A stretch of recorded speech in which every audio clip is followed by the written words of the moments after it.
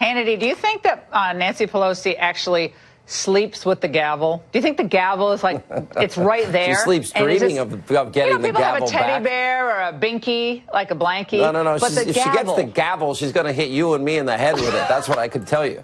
Oh, my gosh. Sean, you had a fantastic show tonight. Oh, my gosh. We miss you in Washington, though. Anyway, I got out of your swamp. I'm glad to be out of there, but I'm back in the high-tax swamp. All right, Hannity. Thanks so much. Have a good show. All right. Welcome to the Ingraham Angle. I'm Laura Ingraham in Washington. Kavanaugh cleared. That, according to a supplemental FBI report that every senator has read at this hour. And in moments, we'll show you how the left is lashing out in response. We're going to get exclusive reaction from the White House when Kellyanne Conway joins us live. Marilyn Matlin makes a rare television appearance, and Matt Schlapp will be along as well. And 1 week after his fiery defense of Judge Kavanaugh became the rallying cry for conservatives, Lindsey Graham joins me tonight on where things stand now and where they go from here. Plus, an Ingraham Angle investigation. We've been doing some digging into just how Christine Ford's name was leaked. Stay here for that. But first, the Democrats' desperate salvage operation. That's the focus of tonight's Angle.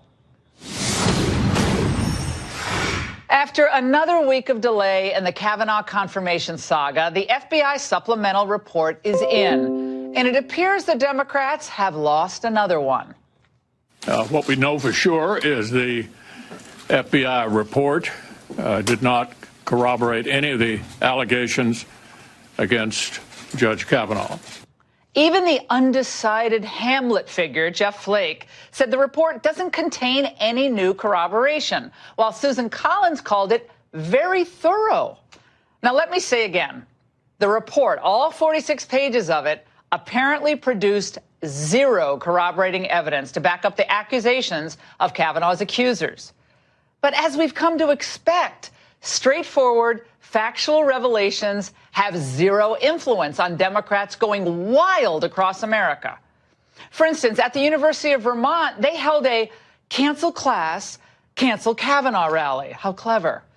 In Brooklyn, New York, and Bel Air, Maryland, there were similar calls to kill Kavanaugh's nomination.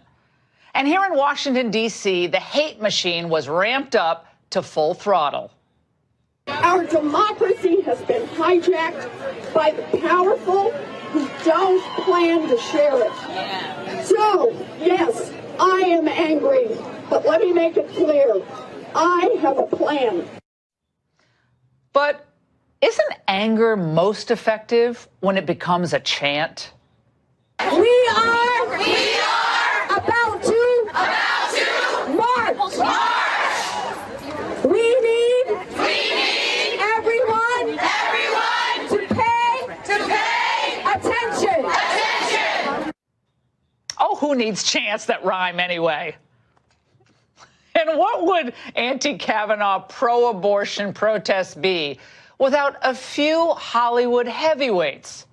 Well, model Emily Ratajkowski showed some outrage and some midriff. And comedian Amy Schumer was, as usual, politically understated. A vote for Kavanaugh is a vote saying women don't matter. Yes. Let's stay together. Let's fight. Let's keep showing up. Well, the good thing is that when she was arrested, she actually didn't have to put on prison garb. She was already wearing it. And all over the Capitol, there were roving survivors accosting senators undecided about Kavanaugh's nomination. So they attempted at one point this afternoon, you'll love this, to pull a Flake and bully senators like Joe Manchin of West Virginia into casting a no vote. As a survivor, I don't understand how you can't look me in the eye. Why are you going to vote yes on this? How can you tell me how you're going to vote? No, I'm not going to tell you. Not until I finish my report tomorrow morning. Well, how are you not listening to us as survivors? I am listening to you. Are you? You're going to get in this elevator? How are you going to tell me? Yo, folks, you step back. Oh, I love that. Step back. I love, why are they always saying, look at me? We see you. Believe me, we're averting our gaze. The Democrats' brazen intimidation and harassment tactics, I don't know, I think they're a total turnoff. Americans just don't like this stuff. Most people just want things to calm down. Well, Rasmussen's daily tracking poll has the president's approval today at 50%, not bad. A new IBD poll finds it at 40%, a 4-point gain from last month. And even better, that same poll shows that the supercharged enthusiasm is on the Republican side. The Democrats' advantage tanked from 11 points last month to just 2 points this month. Still, the Democrats will not give up. The most notable part of this report is what's not in it. As we noted by the White House, the FBI did not interview Brett Kavanaugh, nor did the FBI interview Dr. Blasey Ford. Given how limited these documents were and how limited the scope of this investigation was, we are reiterating our call that the documents with proper redaction be made public. Why shouldn't all of America see the facts? Okay, I think Feinstein should have worn a white scarf for surrender. Don't you think that would have been more appropriate?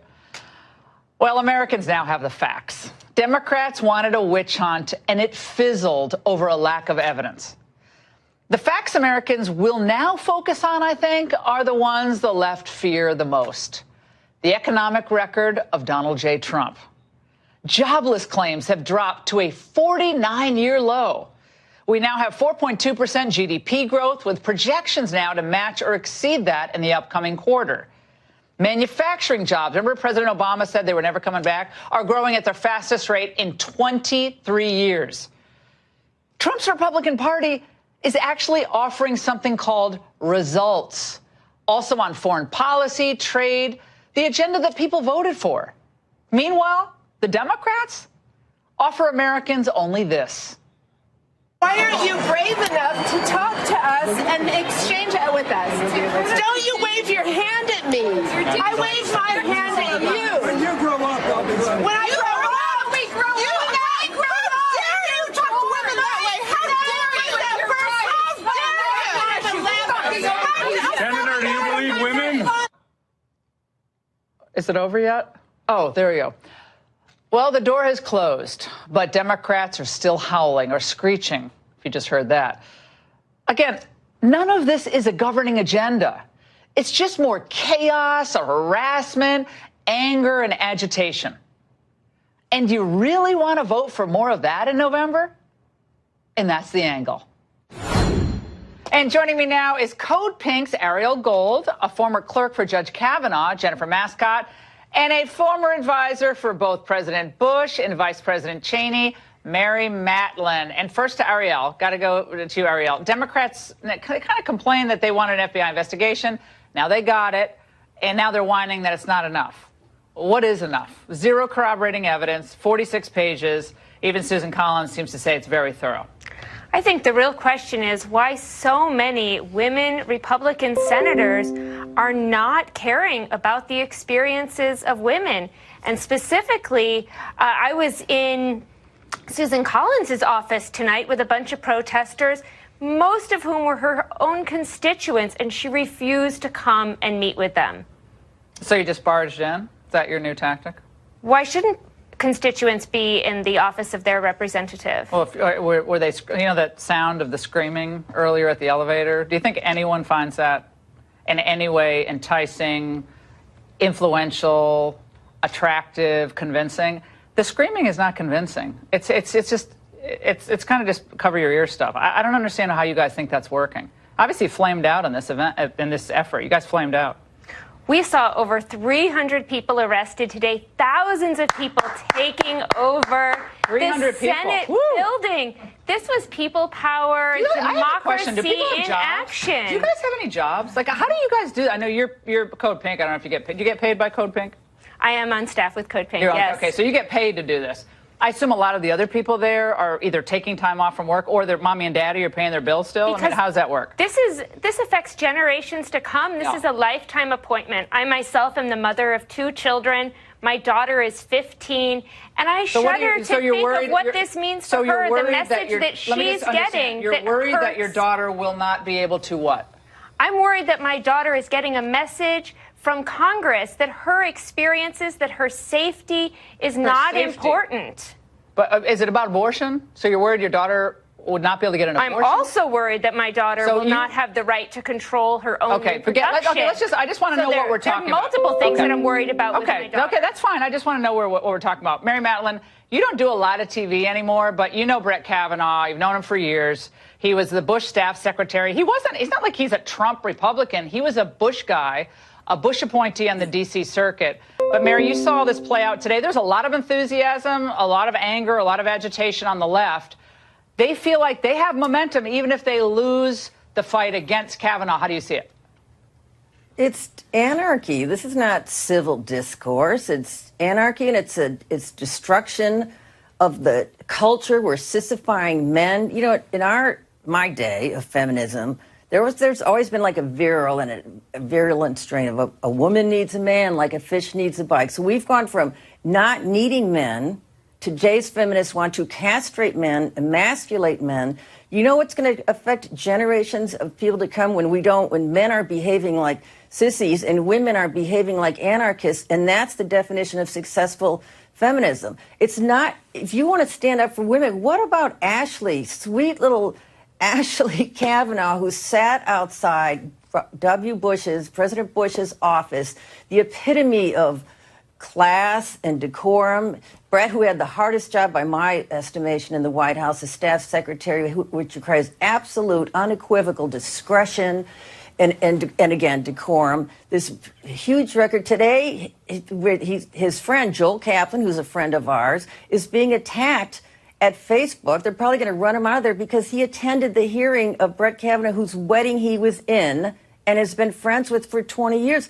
People are really, this transcends politics, Laura. This is really, really about culture. And people are sick of everything from this idiocracy that's infusing and permeating every element of our culture, from football to public restrooms. You can't get away from it. Of the it's many... you cannot go anywhere. You can't go to a football game. You can't go to... No, you can't do anything. Because everybody has to be angry. Go ahead, quickly. Of the many incredible, miraculous things that President Trump has done, and this is nothing short of a miracle what he's got done, but he's done it in the face of constant thwarting and lying and fallaciousness and these virile attacks on him and his person and his people. They're chasing his cabinet members and his staff out of restaurants. They're sending a private information of senators. He has exposed the hypocrisy and the ineptitude of the loyal opposition, Donane Dick and Senator Spartacus, and people are tuning in and they're saying, who are these people? I'm in New Orleans, like, who is this Blumenthal guy or there's Ellison, what is the standard? We don't even know what the standard is anymore. You have a picture of your wife, your girlfriend being beat up, and you have medical records, and you have no corroboration on Brett Kavanaugh, and you're just blowing up his life and his friends' lives. People are really transcends politics. Jennifer, I want to go to you. The cover of Time magazine, which you probably have seen, this is like all over the place. We're going to put it up on the screen so people see it. And it's a letter to white women who support Brett Kavanaugh. We need you to stand with women who are breaking the silence in spite of their terror and shame. I believe inside the bodies of some of those women who laughed at the rally were other impulses and feelings they weren't expressing. Time is short. Call your senators. Stop laughing and start fighting. That was Eve Ensler, of course. Vagina monologues, right? Vagina monologues, am I getting that right, Raymond? Yes. So it's kind of like, you white women, how dare you laugh at survivors? How dare you dismiss survivors? And that's kind of an emotional thing. If someone is a survivor of sexual assault, no one should laugh at them. Right, no one wants to laugh at them. Yet this is not how I think a lot of fair-minded people are seeing at least this particular case. So my background, of course, as you know, is I clerked for Judge Kavanaugh his first year, and he's an excellent jurist, and he himself has a lot of care for women. More than half of his law clerks were women. He's really done an amazing job of mentoring us, keeping up with us over the years. I know, we all know that. We've heard that. I don't mean to interrupt you, but anything that you saw when you were working for him, and he's a judge for 12 years, 12 times 3, 36 clerks, right? About? So, yes, 48. Or so? 48 yes. Clerks. Okay, so you had more than my time at the Court of Appeals. 48 clerks. Anything you saw in his behavior toward the more than half of the clerks being women would give you pause about the way he treats women? Absolutely not. Absolutely nothing. Character, no, nothing. Character, nothing untoward, nothing a little. Nothing anywhere close to anything like that. Absolutely gracious, patient, respectful, perfectly above board. So were you shocked to hear of these allegations when they first were leaked to the Washington Post? It was shocking. You know, Judge Kavanaugh, along the way, the entire time has categorically denied them. And, you know, they're totally inconsistent with everything that I've known about him or seen in his presence. And, you know, he's been an advocate for fair law and fair application of the law and for women and men and training up the next generation of lawyers. And I think if the Senate confirms him to the Supreme Court, he will apply the Constitution fairly and really try to look forward to justice for all Americans. All right, Ariel, what's next for Code Pink? You guys lost this round. He's going to get confirmed. What next? Well, we're not done, and we're going to be out there again tomorrow and the next day. Doing what? We're going to be out there in the halls and in the streets calling for somebody for him to step down and for us to have a nomination of somebody with a different temperament, of somebody who hasn't lied under oath, of somebody who doesn't have these accusations. And there is tons of people that have squeaky clean records that we could see be nominated. Okay, so you'd be in favor of Amy, like Coney Barrett, if she took his place, a woman, very strong woman. She has 7 kids. You'd be in favor of a woman? I'm not saying that I would be in favor of them politically, but I think that that's a more appropriate nomination. Okay, we got Code Pink on the record. Amy Coney Barrett, more appropriate than Brett Kavanaugh. Watch what you asked for there. I love this panel. We could talk to you guys for an hour. Thank you so much. And Mary, great seeing you, by the way. We want you on more. Here with reaction on how the White House is feeling tonight, we're joined by Counselor to the President, Kellyanne Conway. Kellyanne, thanks so much for being here tonight, staying up late for us. Thank you, Laura, of course. Absolutely. Any concern from the White House about where this vote count stands right at this moment? We don't know about Flake. Collins seems like a yes. Murkowski, no clue.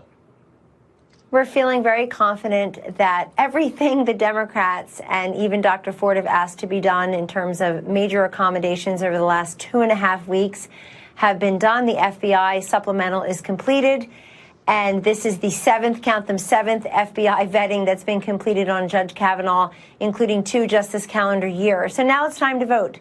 And we feel pretty confident. I'm not going to get ahead of those who are still sitting on the fence.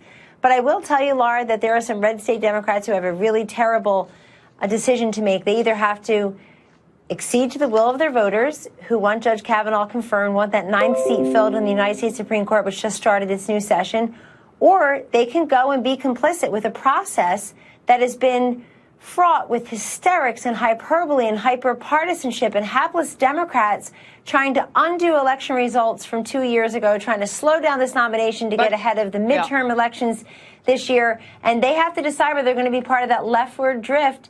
They own all those protesters if they vote against Judge Kavanaugh. They own all the hysterics, all the craziness that you see there. And I think that we're going to have the votes, and he ought to be confirmed. And by the way, what's happened in our culture, Mary Madeline is absolutely correct.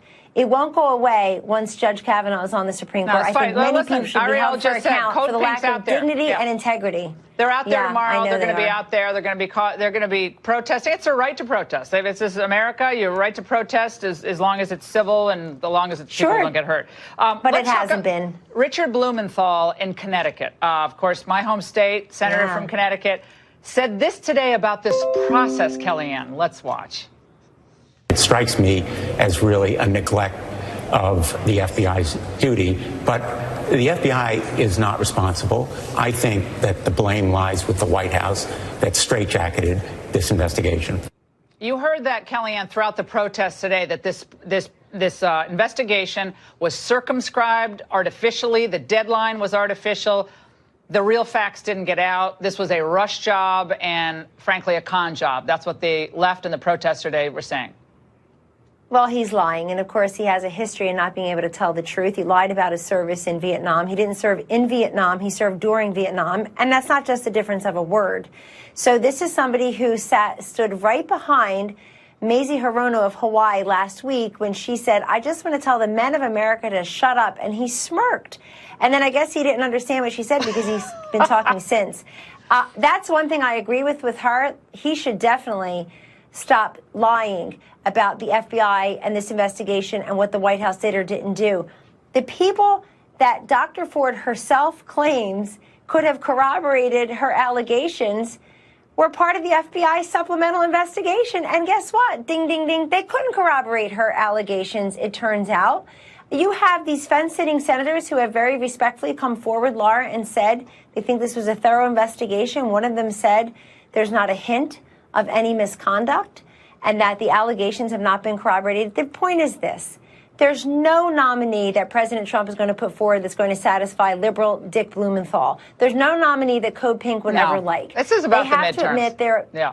This is about the midterms. But by the way, speaking of the midterms, I want to thank all these crazy liberals because they've done something that wasn't able to do. They've energized disparate Republicans. Got to keep it up, though. Got to keep it up. Got 4 more weeks, 5 more weeks. No, five more weeks. There's no question about it. But I just want to tell these folks, of course, they have a right to protest. And the First Amendment says you can act crazy also. But to coin two phrases all right, from we got to left, go, Kellyanne. Time's up and move on. And they ought to think about that. Kellyanne, thank you so much for making time for us tonight. Up next, we still have a major question on the table about this ongoing drama.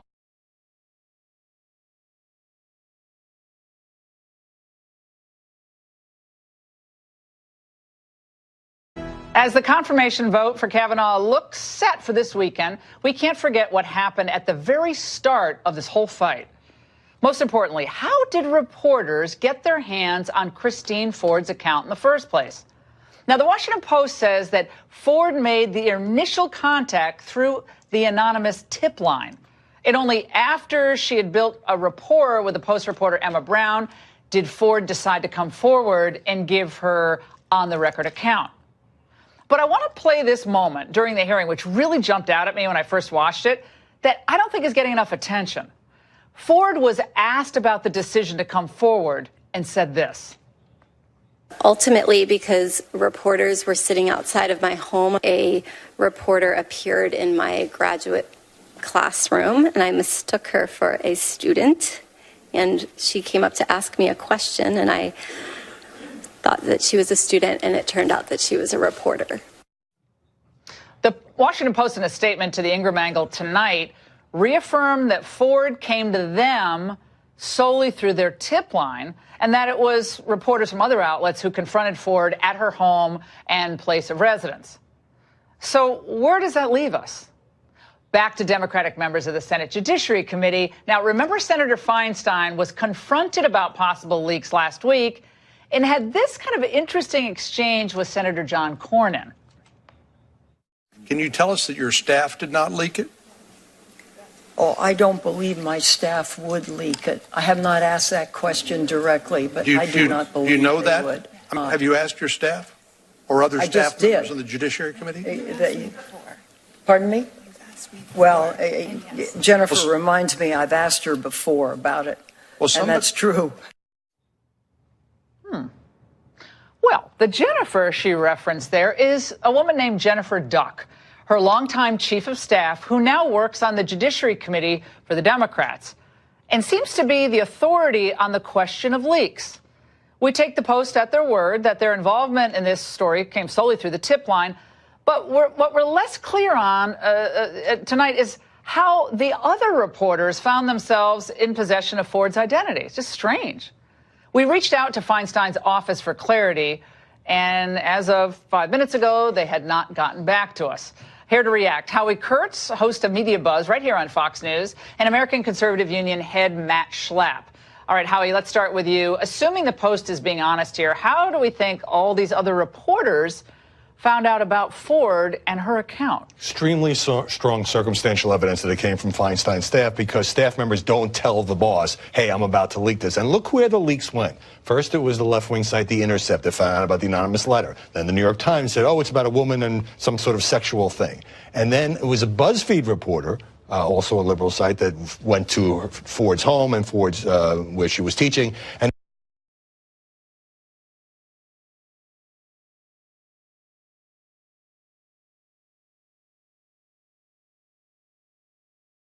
learnings out of this, Laura. Here's what we know. Either Dr. Ford is a terrible victim in all this because she did want to stay confidential, or Dr. Ford, in combination with these Democrat staffers and members, and maybe Anna Eshoo, the Democrat that started this whole thing, and maybe with the lawyers who they found for her, they were trying aggressively to push Dr. Ford to be public. So they were actually leaking on Dr. Ford to get her out there because they wanted the emotions of that hearing. That's what they wanted. They thought that would derail it all. They got the opposite. Yeah, Howie, the Washington Post responded to us today by saying no one leaked anything to us. She ultimately decided she was willing to put her name on the record after reporters from other outlets appeared at her home and workplace, at which time we chose to publish her story. Again, does that ring true? It is true that the Washington Post didn't go with the story without it on-the-record interviews and saw the therapist notes and all of that and tried to do a legitimate investigation. But I've covered so many of these stories, Laura. What happens is that it becomes like an open secret. A source tells one reporter, maybe a source tells two reporters. Reporters talk to each other. Nobody quite wants to go with it because it's an explosive allegation. They don't have the complainant on the record, but eventually gets out there and somebody goes and tries to ambush the person or hang out or stalk them, and that's how it eventually hits print. And I believe that Christine Ford was sort of pressured into going public, which she clearly did not want to do. Okay, there's another exchange we have to focus on. This was also regarding the, was it the triangle? What is it called? The Devil's Triangle. Devil's Triangle, thank you. This was Chris Cuomo and Don Lemon last night. Let's watch. How does he sign it? He signs it FFFFF. Boy, he sure loves making fun of that stuttering guy. That's not stuttering. That's what he says it was. That is not stuttering. Again, do a Google search. That FFFF is not stuttering, okay? And Devil's Triangle is not a drinking game, all right? He knows that. Everybody else does, except for maybe some senators who want to believe him. Other tweets.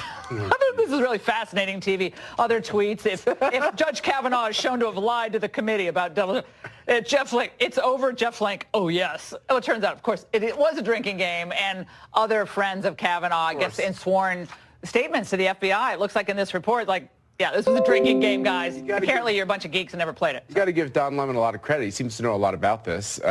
He accused me the other day on the show of being a racist because I had been criticizing Kamala Harris and Cory Booker for their outrageous behavior. It's like what passes for news. No, it's racism. Oh. And but it's okay to pick on a Catholic. That's one thing that we've learned in this whole process. And I just think that why don't we just cover the fact? I'd love to know his jurisprudence. What's his philosophy? Drinking games, Devil's Triangle. Didn't he say that Malaysian jet went down in a black hole some months ago? That could be racist too. Yeah, no, he said it was like could it have been a black hole or something? But I'm much more careful with my Fs. Yeah, exactly. There's a lot of Fs. I'm not going anywhere near that, guys.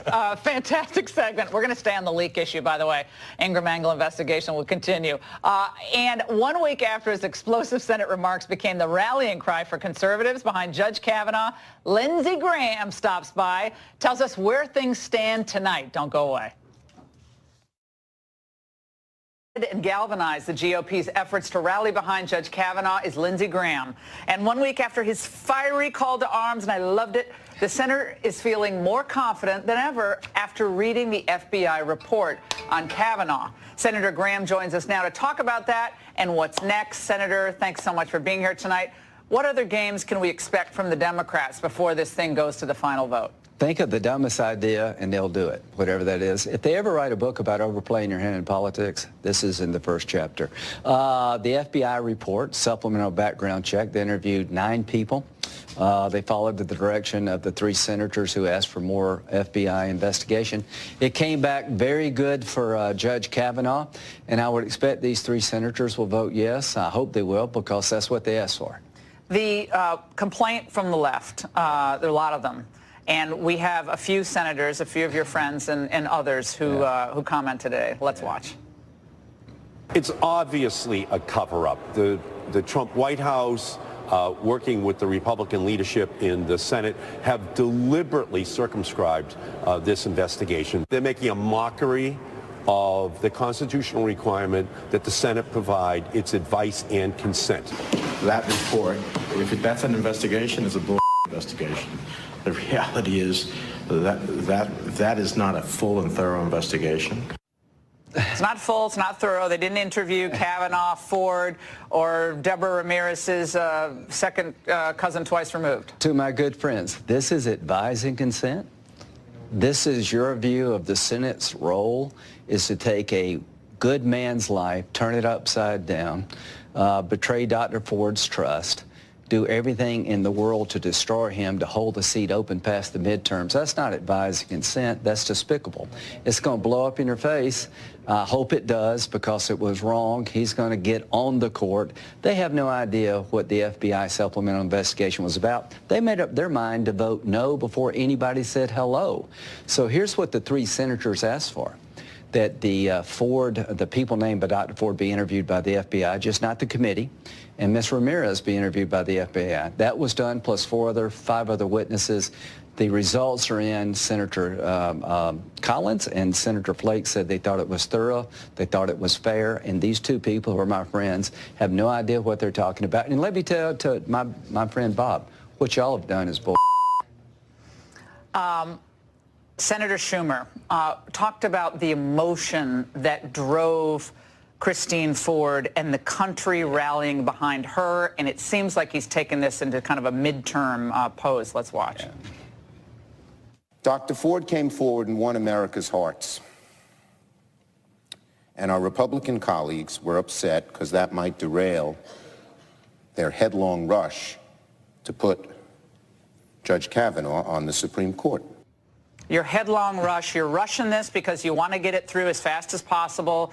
Could be more of an investigation. Right. But this was emotionally based. And you saw those protesters today on Capitol Hill. Lots of women. They took over the Hart Office building for I don't know how long. But, I mean, they promised that they're going to keep doing this, Senator Graham. They're going to keep hassling you guys in elevators and cornering you in the halls.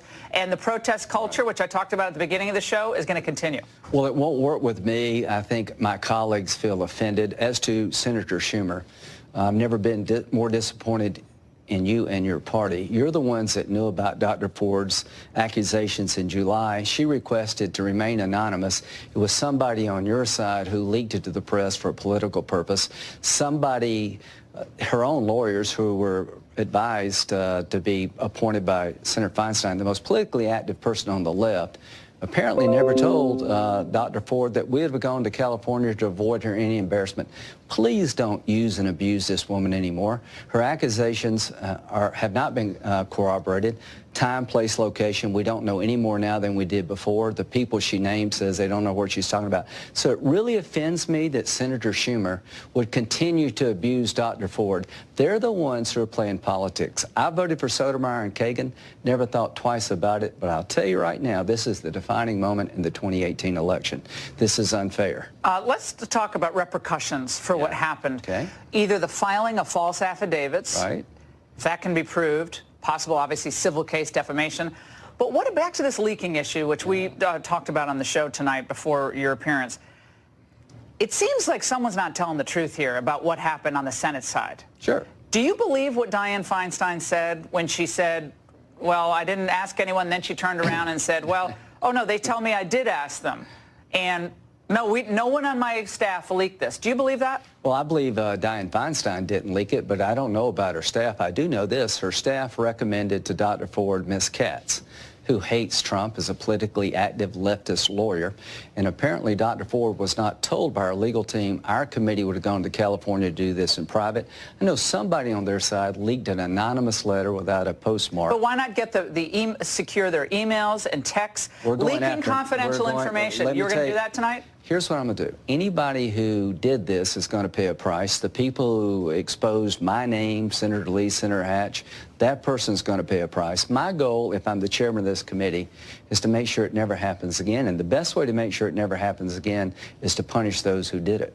What lesson do you think the president should take out of all of this? I mean, this was a moment where the party finally, in my mind, got unified behind what this president wants to do. Economy's on fire, great judges, NAFTA renegotiated. What's next? The president should take the following. If you appoint a good person who gets destroyed in a despicable manner and you fight for him, people will like you more.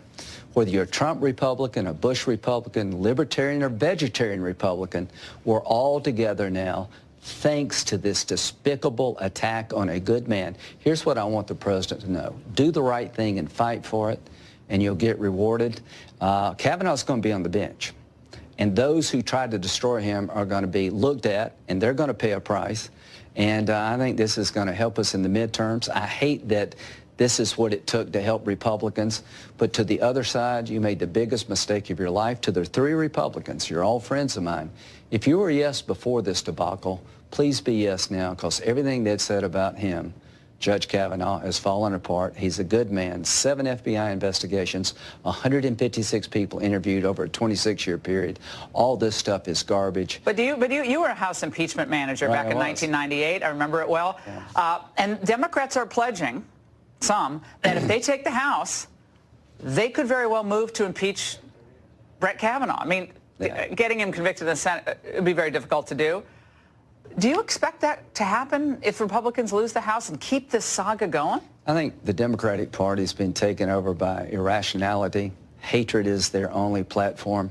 It's not about what they like, it's who they hate. And I can't believe in America you have to prove yourself innocent, that you're guilty just by the accusation, that there's no requirement to cooperate because you're Republican. If a Democratic male nominee were treated by the Republicans as Kavanaugh was treated by the Democrats, every media outlet in the country would be up in arms. Manchin, real quick, will he vote yes or no on Kavanaugh? If he listens to the people of West Virginia, he will. Brett deserves your vote, Joe. He's my friend. I've known him for a long time. If you listen to Schumer, then the people of West Virginia are going to remember it. Lindsey Graham, thank you so much for being with us. We really appreciate it tonight. Brett Kavanaugh's FBI background check came out clean, but for Democrats, that, of course, isn't enough, never will be. Up next, 2 former FBI agents give us insight into how this investigation likely played out. Behind the scenes, don't go away. And galvanize the GOP's efforts to rally behind Judge Kavanaugh is Lindsey Graham. And 1 week after his fiery call to arms, and I loved it, the senator is feeling more confident than ever after reading the FBI report on Kavanaugh. Senator Graham joins us now to talk about that and what's next. Senator, thanks so much for being here tonight. What other games can we expect from the Democrats before this thing goes to the final vote? Think of the dumbest idea and they'll do it, whatever that is. If they ever write a book about overplaying your hand in politics, this is in the first chapter. The FBI report, supplemental background check, they interviewed 9 people. They followed the direction of the 3 senators who asked for more FBI investigation. It came back very good for Judge Kavanaugh, and I would expect these 3 senators will vote yes. I hope they will, because that's what they asked for. The complaint from the left, there are a lot of them. And we have a few senators, a few of your friends and others who comment today. Let's watch. It's obviously a cover-up. The Trump White House, working with the Republican leadership in the Senate, have deliberately circumscribed this investigation. They're making a mockery of the constitutional requirement that the Senate provide its advice and consent. That report, if that's an investigation, is a bull investigation. The reality is that is not a full and thorough investigation. It's not full, it's not thorough. They didn't interview Kavanaugh, Ford, or Deborah Ramirez's second cousin twice removed. To my good friends, this is advise and consent. This is your view of the Senate's role, is to take a good man's life, turn it upside down, betray Dr. Ford's trust, do everything in the world to destroy him, to hold the seat open past the midterms. That's not advise and consent. That's despicable. It's going to blow up in your face. I hope it does, because it was wrong. He's going to get on the court. They have no idea what the FBI supplemental investigation was about. They made up their mind to vote no before anybody said hello. So here's what the 3 senators asked for. That the people named by Dr. Ford be interviewed by the FBI, just not the committee, and Ms. Ramirez be interviewed by the FBI. That was done, plus 5 other witnesses. The results are in. Senator Collins and Senator Flake said they thought it was thorough, they thought it was fair, and these 2 people who are my friends have no idea what they're talking about. And let me tell to my friend Bob, what y'all have done is bull. Senator Schumer talked about the emotion that drove Christine Ford and the country rallying behind her, and it seems like he's taken this into kind of a midterm pose. Let's watch. Yeah. Dr. Ford came forward and won America's hearts. And our Republican colleagues were upset because that might derail their headlong rush to put Judge Kavanaugh on the Supreme Court. Your headlong rush, you're rushing this because you want to get it through as fast as possible. could be more of an investigation. Right. But this was emotionally based. And you saw those protesters today on Capitol Hill. Lots of women. They took over the Hart Office building for I don't know how long. But, I mean, they promised that they're going to keep doing this, Senator Graham. They're going to keep hassling you guys in elevators and cornering you in the halls. And the protest culture, which I talked about at the beginning of the show, is going to continue. Well, it won't work with me. I think my colleagues feel offended. As to Senator Schumer,